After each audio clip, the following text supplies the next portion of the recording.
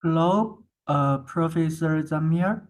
Can you hear me? Can you hear my voice? 是的，老师，我们听得懂。你好，泽米尔教授。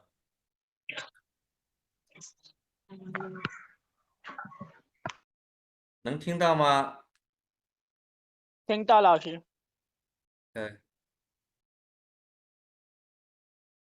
你好，小郑。泽米尔教授，请把您的那个音频打开。Please turn on your microphone.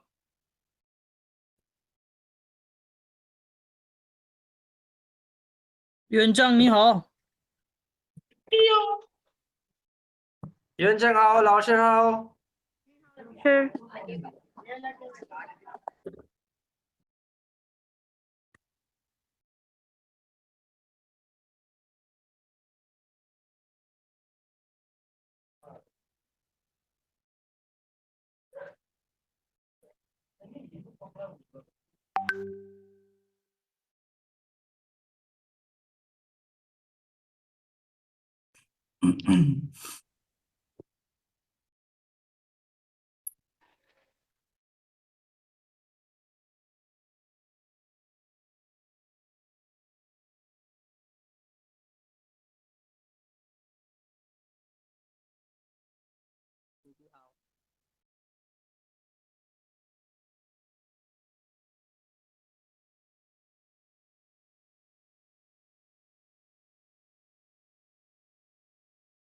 泽米尔教授，能听到我吗？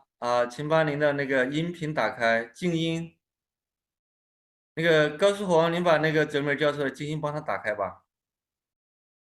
我看一下，稍等一下。您帮他解除静音。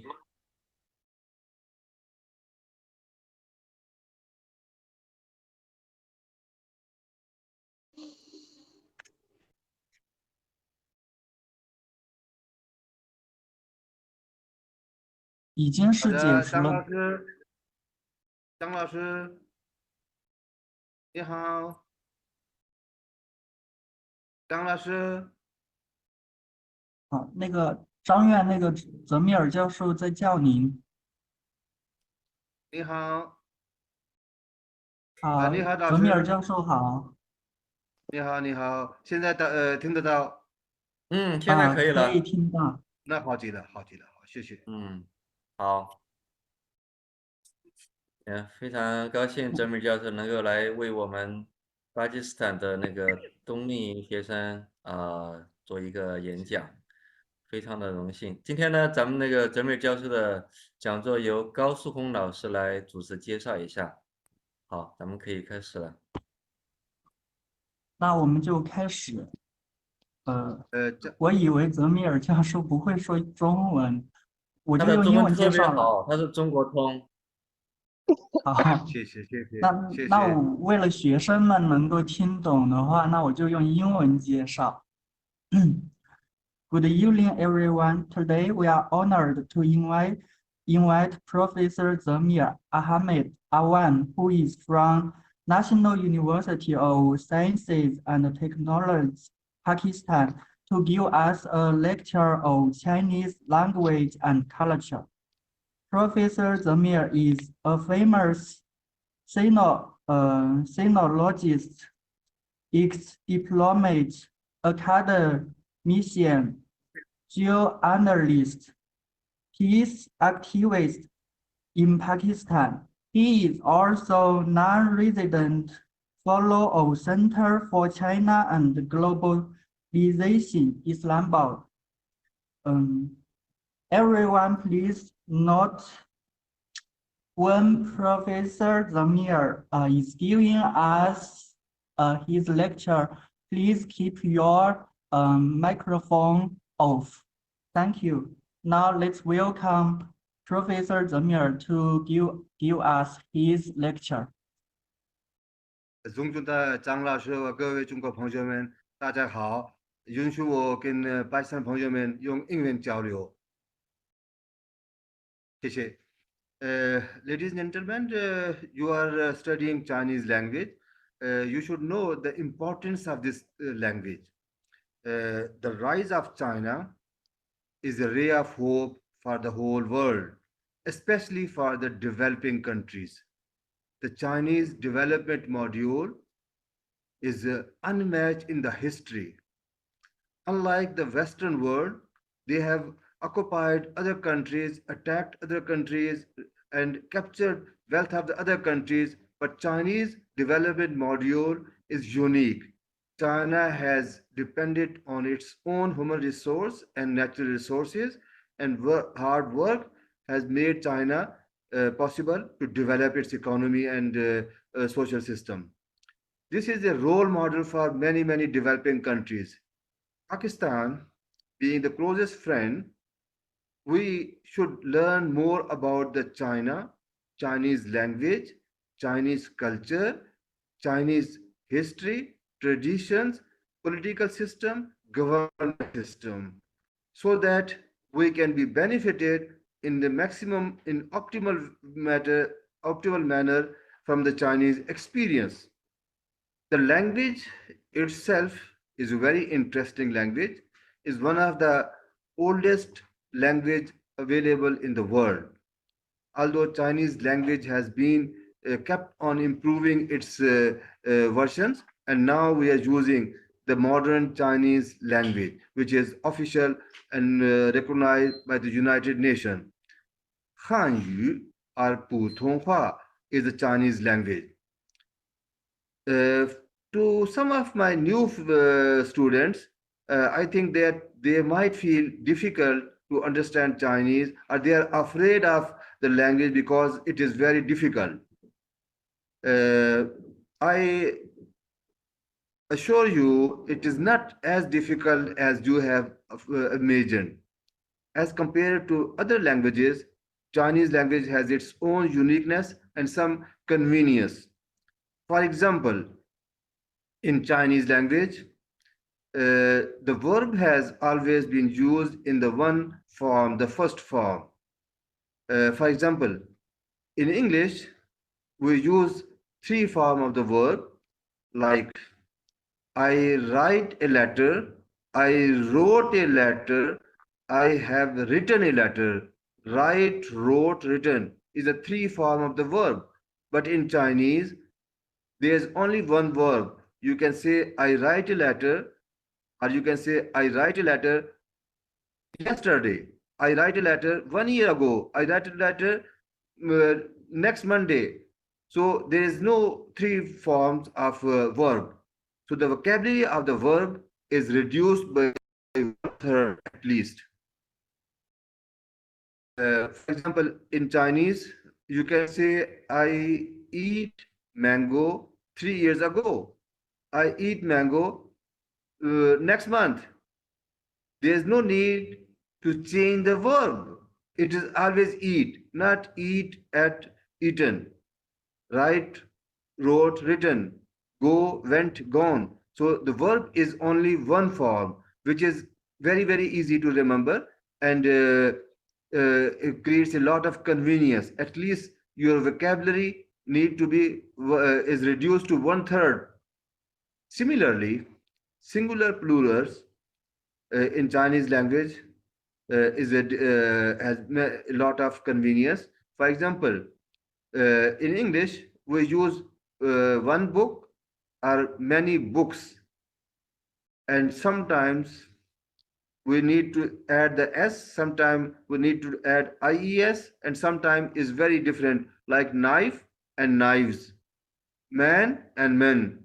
So you have to memorize a lot of nouns, their singular and the plural forms, which is very different from each other. In Chinese, there is always one form. You can say one, I have one book, I have 10 book, I have 100 book, I have million book. Is always book. This means that your vocabulary is also reduced. So you is more convenient for you. The third thing, that the Chinese language, it has only 144 pinyin or pronunciation. So if you have the grasp of 144 pronunciations, you can speak anything in Chinese. So it is much more convenient. The spoken Chinese is very, very convenient. If you live in China, within 3 months, you can be able to communicate with the Chinese people very easily. I lived in China long ago. Within 3 months, we were able to go to the market and do some shopping and some fun and traveling, and that was sufficient. Of course, within 3 months, you cannot master the language, but you know the basic language and you can communicate. For example, if I don't know where is the mouse, where is my computer mouse, I can say I need something to operate my computer in Chinese. I can explain at least. And also, the Chinese people in China are very friendly. They try to accommodate you, they try to help you. If you speak poor Chinese, your pronunciation is poor, your accent is not perfect, yet they will try to help you and they will not overlaugh you. They will not make fun of you. They will not insult you. They will not humiliate you. They will try to rectify or improve your accents and pronunciations. Some of you might have been to China, or some of you are intending to go to China. I believe that once you are in China or you have been to China, you will realize the Chinese people are very, very accommodative. They help the foreigners and they don't overlaugh. They don't make joke of your bad pronunciation. And also, the Chinese language is a part of uh, uh, uh, is a very important language in the United Nations recognized languages. In the United Nations Security Council, uh, uh, uh, they have approved few official languages. English, French, Arabic, Chinese is one of them, and Russian, of course. So the importance of Chinese language is you can understand it. Regarding the future of learning the Chinese language, why we have to learn the Chinese language? You know that Pakistan and China are very close friends. So we need to understand each other. We need to improve people to people contact. We have a lot of trade relationship. So we need to understand each other's language. Currently, under the CPAC, the biggest foreign investor in Pakistan is China. The most of the mega projects in Pakistan are executed by the Chinese company. And who is offering the jobs? The Chinese investors are offering the job to Pakistani people. Definitely, if you know the Chinese language, you know the Chinese culture, you can get preference in getting job with the Chinese companies. In the days to come, there will be more mega projects and there will be more job opportunities. And believe me, the Chinese are paying good salaries. Don't worry. There was used to be a time in 1960s or 70s or 80s when there was a lot of there was many American and European companies and everybody was struggling hard to join the multinational companies. The future trend will be the Chinese companies and Chinese investors in Pakistan, and people will be struggling hard to join the Chinese companies. In fact, uh, most of the Western companies in Pakistan, they have closed down their business or they have shifted their business to other neighboring countries or they have squeezed their business in Pakistan.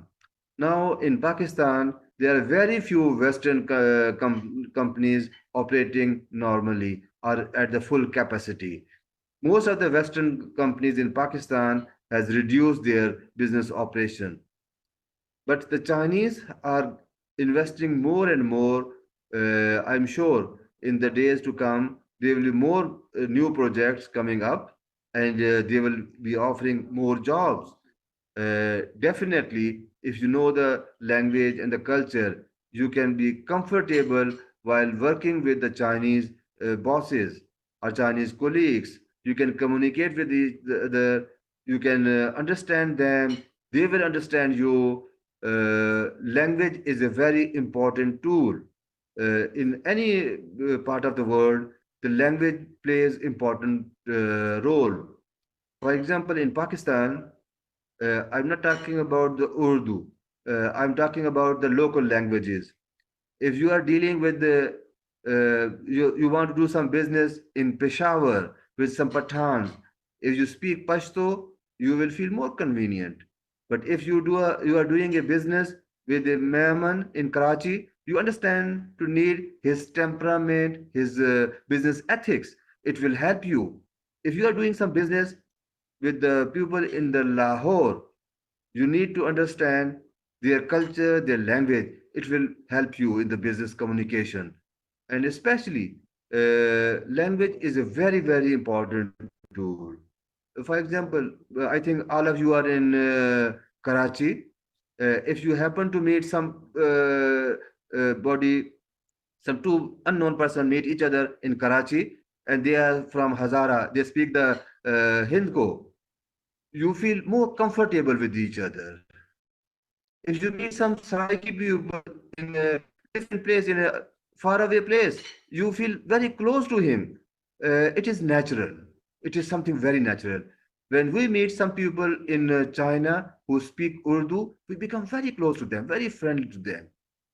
There are so many Pakistani peoples who don't know each other when they are in America, but when they speak language, they come to know that we are both of us are from Pakistan. They develop their contacts more conveniently. The languages is a part of our socialization and an important tool of communication. Uh, Furthermore, the Chinese culture is very unique. Unlike the Western values, Chinese value friendship and relationship. Chinese believe in the long-term relationship. In Western culture, they believe business is your loss is my profit. I mean, the more you harm the others, the more you get the profit. That is not the Chinese approach. In China, they have the win-win approach that you should make some profit, I should also make some profit. Both of us should be the beneficiary of this trade. Both of us should be beneficiary of this agreement, or both of us should be agreement beneficiary of our relationship. So they believe in win-win situation. There is a famous saying in the Western world. It is the interest which makes your friends or enemies. But Chinese are very deep society. They don't believe that materialistic approach or the temporarily immediate benefits. They cultivate the friendship and relation on the long, long term, sometimes generation and after generations. And Chinese culture is an Eastern culture, unlike the Western culture. They are very close with us. For example, the Chinese New Year is coming very soon, end of this month. Chunche or Xinyan, that is the Chinese lunar calendar, and this is one of the biggest festival. It is compatible with our Eid in Islamic world. In the manner of similarities, let me give you some examples. Like Eid is our family festival. The Chinese also celebrate the New Year as a family festival. In Pakistan, there are many people who are working or doing some job in Karachi, but they belong to Dera Ismail Khan or Kohat or Multan or from Sibi. On the Eid festival, everyone want to go back to his hometown and spend the festival with his whole family. In Pakistani cultures and in the Chinese culture, the family is not only husband, wife, and children, but they believe siblings, brothers, sisters, uncles, aunts, grandparents, and in-laws all are one family. They believe in the bigger family, so they want to go back to their hometown and spend the Eid festival in with their families. The same way the Chinese working in the big cities like Beijing, Shanghai, Guangzhou, on the New Year, they always try to go back to their hometown and stay with their parents, grandparents, uncles, brothers, sisters, and they have the family gathering. It is a family festival. Like Eid, we have some special foods for the Eid. For example, on Eid al-Fitr, we eat swiya and we make some extraordinary food which is uh, much better than the routine food. For example, every day we are making one or two dishes, the simple one. But for Eid, we make some special food which is rich in quality and which rich in variety and I mean that the food is special for Eid. In the same manner, the Chinese festival, they also have the big dinner, is a special food, especially the Chandrat, the day before the festival. They get together the family and they cook the best food available, and usually they cook fish, shrimps, prawns, and beef, mutton are the best available food whatever they have. uh, Even that the poor people also try to enjoy the good quality of the food and more variety of the food. Like Eid, the Chinese people also put on the new cloth and good dress.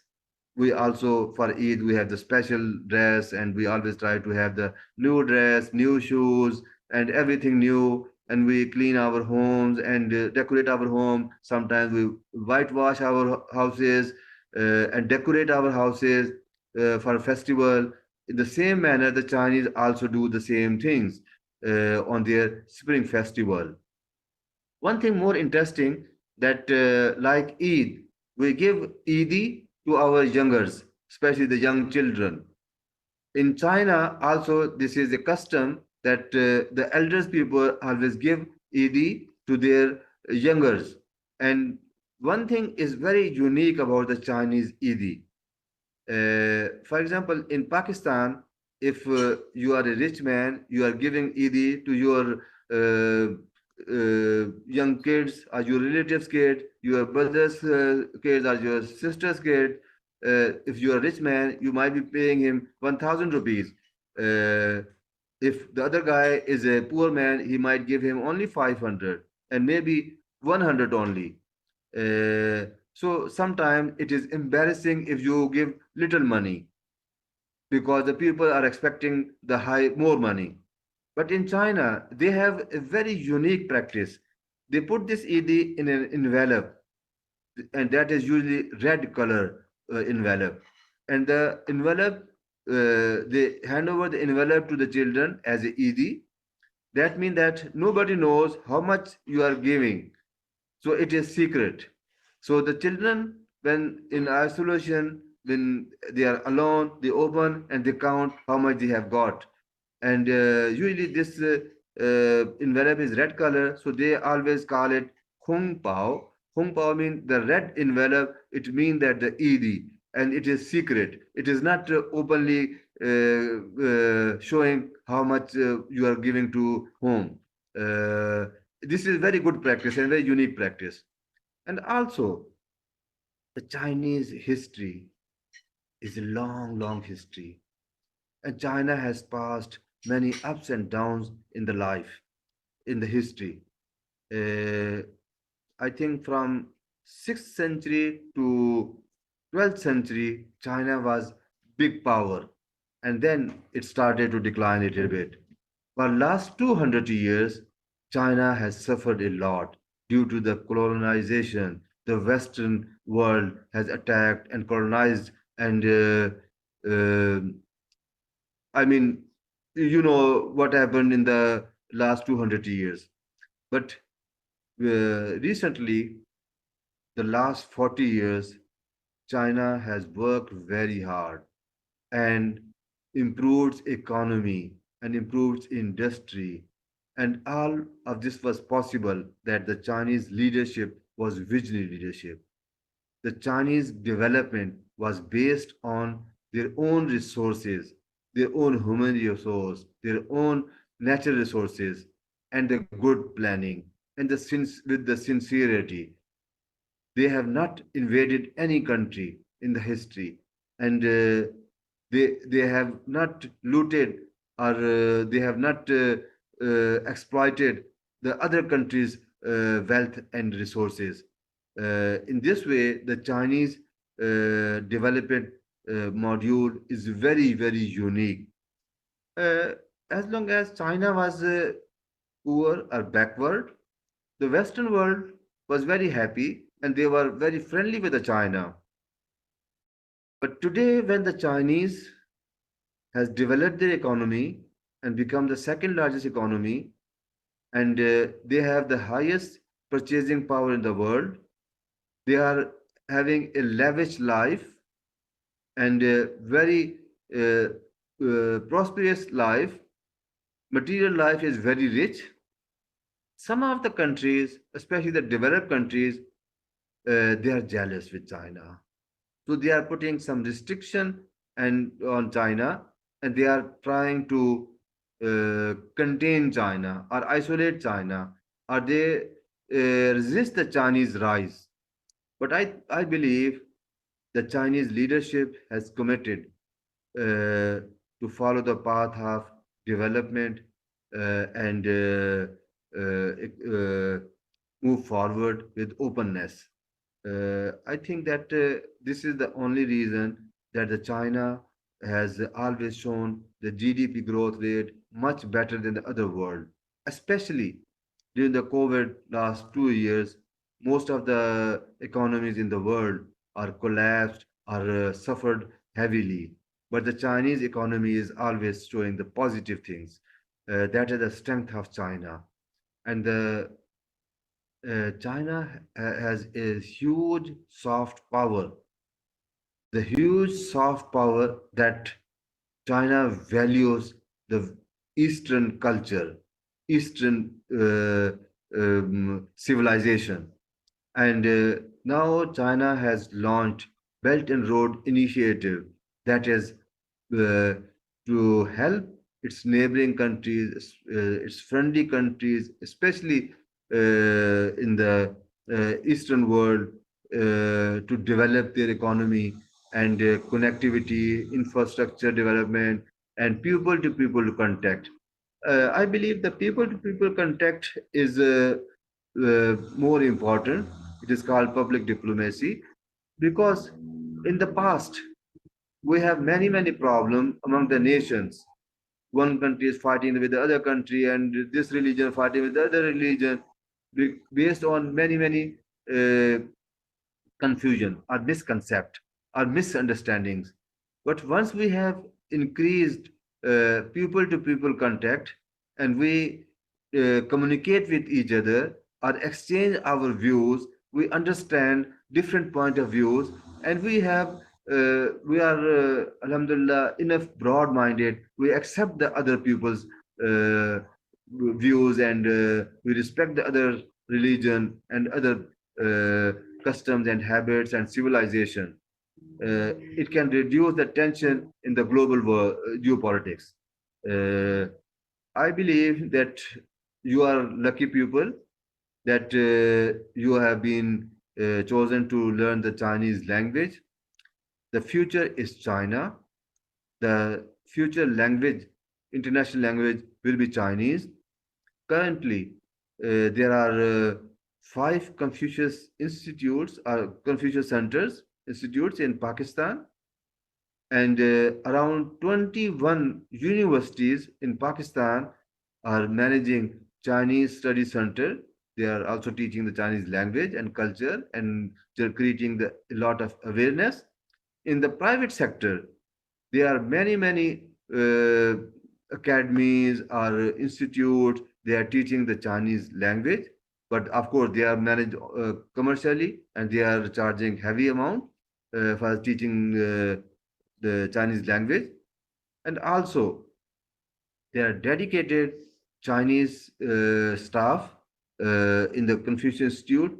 They are promoting the language as well as the culture. Culture is part of civilization.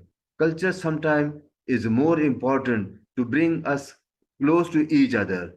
And fortunately, China and Pakistan are politically very close to each other. And with the launch of CPEC, our economic ties has strengthened further, and our largest foreign direct investor is the China, and foreign trade with China is the highest one, and there will be more and more people to people contact. Around 30,000 Pakistani students are studying in China. They are our assets. When they are studying in China, they are promoting the Pakistani culture and exchanging their views with the Chinese friends. And they represent Pakistan and they are serving as an ambassador of Pakistan in China. Once they come back to Pakistan, they will serve as the Chinese cultural ambassador in Pakistan. Because if they have studied in China, they learn the language, the culture. आगे अम्मी करेगा फिर रोएगा फिर मन्नू भाई करेगा Rahil, No problem, no problem. Once they will come back, they will promote the Chinese language and the culture. And the best thing that I have seen in China graduates that some of them they are very punctual in time. Unfortunately, in Pakistan, we have no value for time, and we don't commit with the time bounds. For example, if we have a meeting at 7 o'clock and people are leaving from home at 7 o'clock, reaching at the meeting time maybe 7:30. So always people are late, especially the big bosses are always late.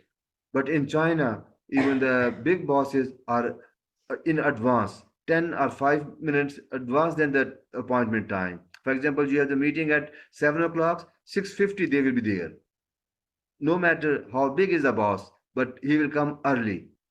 It is possible due to exceptional cases, due to any other reason, sometimes anybody can be late. But these exceptional cases might happen once in a year, or twice a year, or 3 times in a year, but not every day, not every time. If we ask our friend to come on meet us in a restaurant or on the coffee shop, and we kept him waiting there for 1 hour, or he kept me waiting for 1 hour, that is very bad practice. But in Chinese, they honor the times, and this is a very good habit which our students in China they have learned. And when they come back to Pakistan, they also promote the punctuality. Punctuality is a virtue, and we should learn this from the Chinese. Also, the Chinese people usually are not disgruntled. If they're not satisfied with something, they keep silent. In Pakistan or in many other countries, we are not satisfied and we are protesting and using bad languages sometimes. But Chinese people don't do that one. And also, the Chinese people are very kind, especially with the foreigners, and they believe in the face saving. If they disagree with some of your things, they keep quiet. They will not embarrass you. They will not embarrass you. For example, if I want to buy something and the selling price is 1,000 rupees, but I offer him 100 rupees, he will not embarrass me. He can refuse, but he will not insult me. I mean, they believe in the face saving. They respect the others. They don't humiliate publicly each other. So there are a lot of good habits our students who studied in China. They picked from China and they are practicing in Pakistan, and they are very successful in this country. I hope that you are enough lucky to have a teacher like Chang Lao and other Chinese teacher. They are not only teaching you the Chinese language, but also the Chinese culture, which is the need of the time. The more you learn about China, the more secure is your future. With this thing, I wish every one of you good luck and bright future, and may Allah protect you and look after you and have a happy life. Thank you very much. 张老师，非常感谢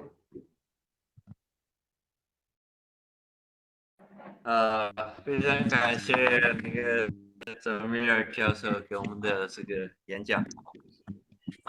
谢谢。高书鹏。好。Thank you for Professor Zameer's wonderful lecture. Professor Zameer not only introduced his experience in China, but also introduced in detail the characteristics of Chinese, such as pronunciation and grammar, by comparing with English. In addition, Professor Zameer also explained why we should learn Chinese from the perspective of China-Pakistan relations. Professor Zameer also compared the differences between Chinese culture and Western culture, especially the introduction of the Spring Festival in great detail. I believe that after listening to Professor Zameer's lecture, we have more confidence in learning Chinese and a deeper understanding of Chinese culture. Thanks again to Professor Zameer for your wonderful lecture. Thank you. 感谢 Now 张老师， everyone. 感谢高老师，感谢张老师。特别感谢那个泽米尔教授。好，Now everyone, please turn on your camera and take a picture, take a photo, group photo together. Okay.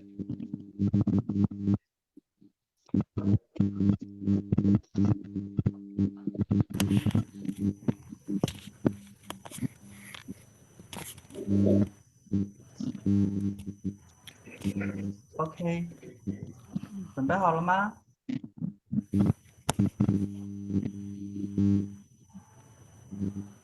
好，准备我这里数1、2、3。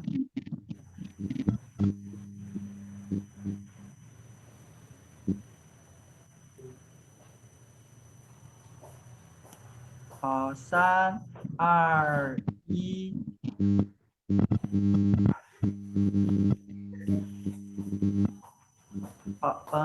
Everyone, can you make a hand heart?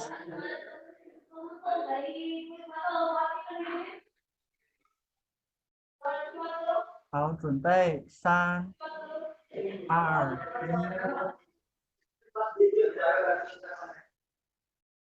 OK， 谢谢大家。谢谢。老师们，谢谢园长。好，谢谢泽米尔教授。好，感谢同学们的参与，谢谢你们。谢谢。讲的非常好。非常精彩。Professor Zameer is the